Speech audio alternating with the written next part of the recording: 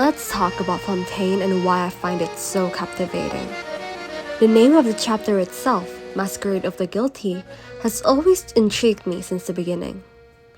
From that alone, we can assume the people we'll meet may not be as they truly seem. It's like saying there are lots of people who are secretly guilty that reside in the nation of justice. What sentence would befall them? Sit back as I retell the events that happened.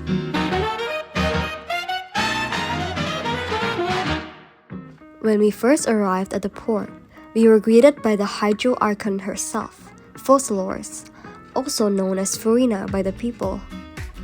We also met Fontaine's renowned magicians, Linné and Lynette, along with their sibling Féminin, and a few other friends along the way.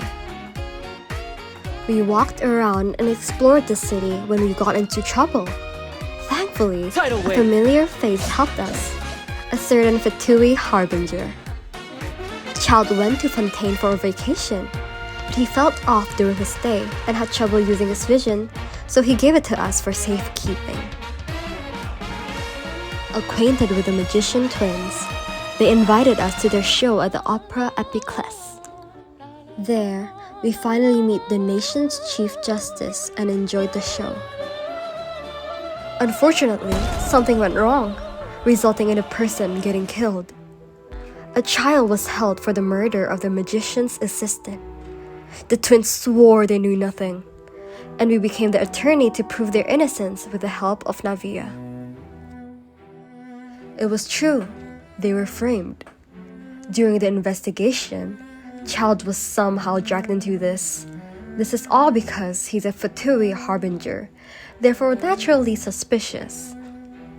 Despite the lack of evidence and the Chief Justice saying he was innocent, the Oratrice, a machine that gives out the verdict, still had the final say and declared him guilty. Oh, he was mad, of course. Child being Child activated his delusion to fight off the Gardamex that tried to escort him away. Neuvillette stopped him before he caused more trouble, and so to the fortress of Meropide he went. Days later, Neuvillette asked to see us and told us to go to Meropide to check on Child per the knave's request, who is another Fatui Harbinger. There we met the Duke and he gave us a tour. Surprise, surprise! The twins were there as well with the same mission, since it was said Child that went missing.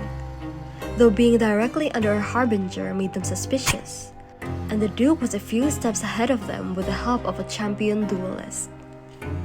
We learned that the primordial sea levels were rising at an alarming rate, and the sluice gate that kept the water out of the fortress was failing.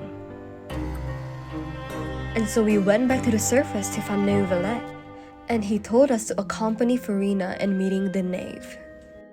Farina was confronted by the knave, saying that the god is doing nothing to prevent the prophecy that will befall Fontaine, ending everyone. While all of that was happening, Neuvillette showed us a fraction of what he's capable of and put the water back where it came from, sealing the gate. After the meeting with the knave, us and a few other people grew suspicious about Farina. She's too secretive. She kept saying she's doing something to prevent the looming prophecy, but never said how. Neuvillette pitched the idea that she should be put on trial to uncover the truth, only to get an outcome no one expected.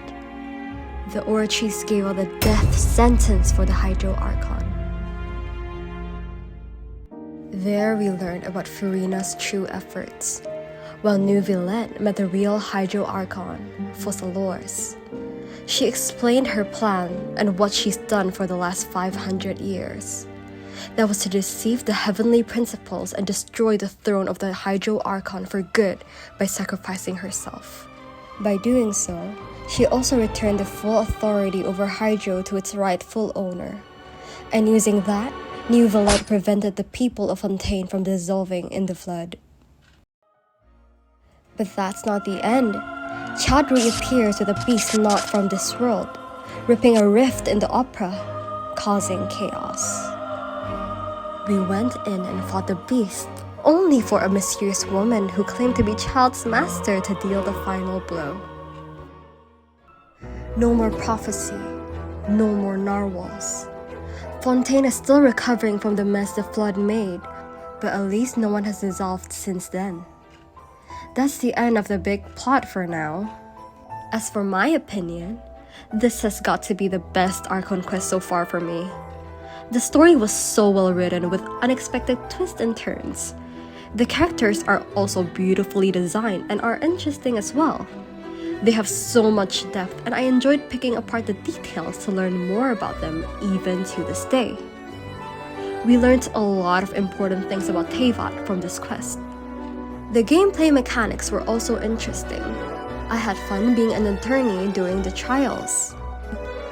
With that, our adventure in Fontaine has come to a halt. Now we wait for what's next, whenever that is. I hope you're just as excited as I am, but for now, it's time for me to make a curtain call. Thank you for watching.